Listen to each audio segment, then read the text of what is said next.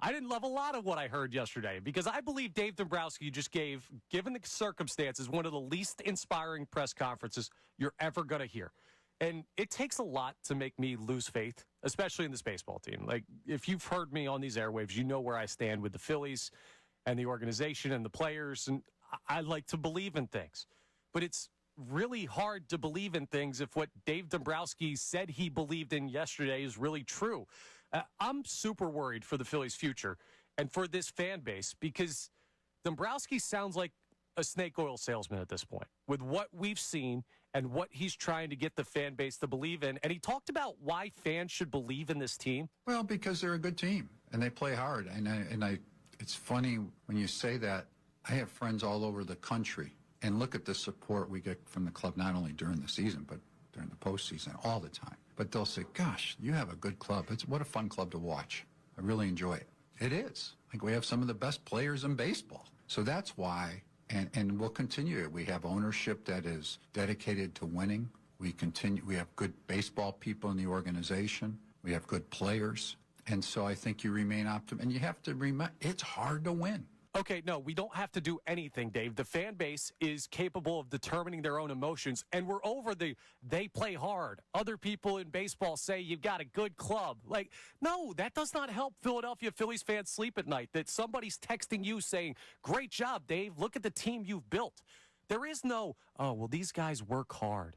They're a talented bunch. The rubber has met the road, and whatever side of the equation the Phillies are on that, whether they're the rubber or the road, they were on the losing side. It is time for actual changes for this team, and we can't run back that whole be excited with what you have, because at this point, the kindness of the fan base, the understanding of the fan base, even folks like me who have been so in on this baseball team when times have seemed bleak in the past, we're starting to get out. So what are the concrete changes? Like, where can you go? Well, right off the bat, Dombrowski told us yesterday we're not getting it with the major league coaching staff. Everybody's coming back, but we're going to have one change. We're adding a role this year to try to, again, make us maybe just a little bit better and add something. So we're going to add the position of Major League Field Coordinator, which a lot of clubs have now to their coaching staff. I think about 80% of the clubs have that. Mike Calitri is going to take that role for us. He's an ideal person. He's got the skill set to do that, continue to coordinate spring training and a lot of other things for Rob Thompson. And in turn, we'll look outside the organization to add a Major League bench coach to assist us and assist Topper in different fashion of different things. But everybody else is coming back.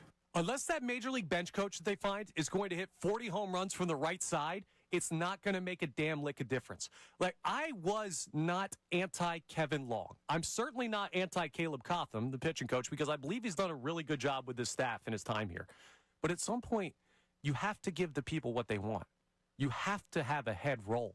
And to not move on from any coaches yesterday is just an acceptance of where you're at. And I think that was a huge theme of the press conference yesterday. Now, on top of that, with the roster, it doesn't sound like you got a lot of change coming. Schwarber sounds like they want him back. Realmuto sounds like they want him back. And while there are some guys that you can look at that you can infer, hey, they're going to be gone, like Nick Castellanos, who we heard this already, but I'll play it again. This is as pretty clear as it gets that Nick Castellanos won't be a Philly again. Well, we'll see what happens. I don't know. I mean, I'm not going to get into specific players that are on our roster under contract, but we'll see what happens. But he wants the big boys back. And even though he said, Max Kepler most likely won't be back. And Jose Alvarado, we do expect to be back. And Bryson Stott, we expect to be here. And he gave us some seemingly close to concrete answers on a couple of the guys under team control. The only real toss-ups look like Harrison Bader and whether or not you're going to trade Alec Bohm. Like, we've got openings at 2 outfield spots. That's it.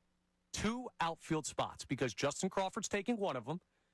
And then you have the other spots open either in the corners or in center and wherever Crawford doesn't play in the corners. So are 3 position changes enough for this baseball team? Especially with what Dave Dombrowski said about the payroll? Because people might have heard something positive in the payroll conversation. You guys listened to it. You heard him say, well, our payroll is going to be about where it is. And for a team that had the second highest payroll in the postseason this year, behind only the Dodgers, who they lost to, that could be something where you say, see, John Middleton's still going to spend. But when you look at it and you say, well, they want Kyle Schwarber back, an increase on what he was earning. They want JT Realmuto back. But will a potential pay cut for him offset the increase for Kyle Schwarber? At the end of the day, the changes in contract for those two guys, if they do come back, is going to lead you to the same payroll you had this year without other players being added.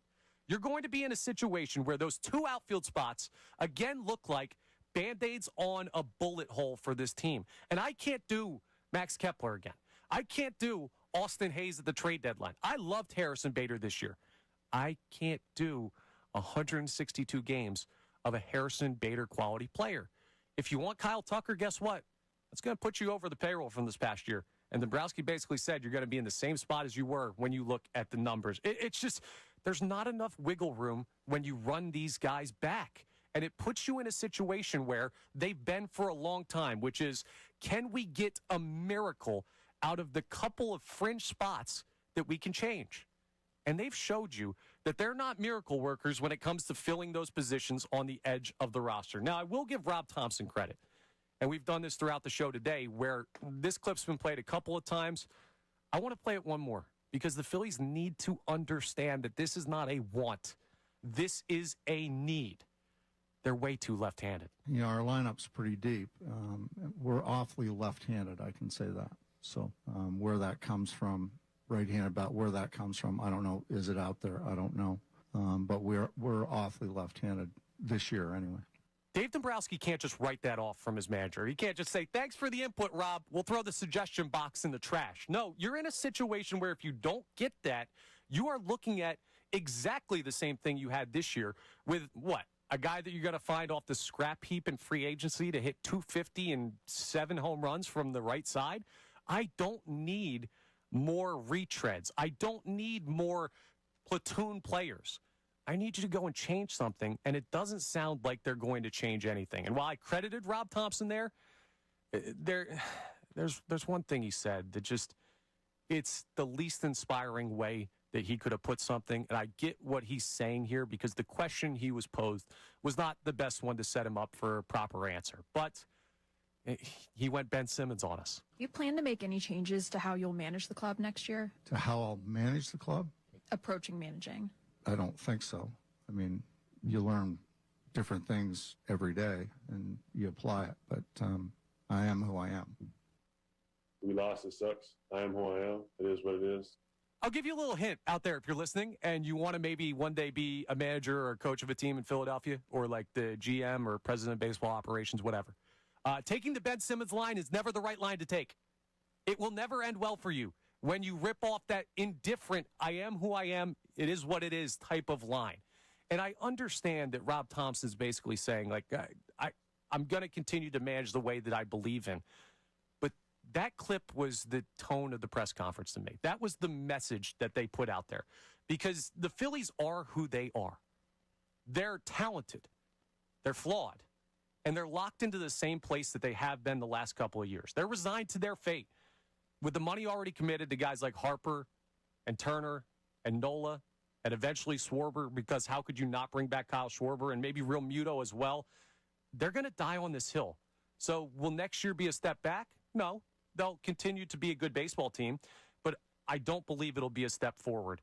And whether or not it will be is going to be answered based on luck and matchups and not running into the Dodgers because apparently they're unbeatable.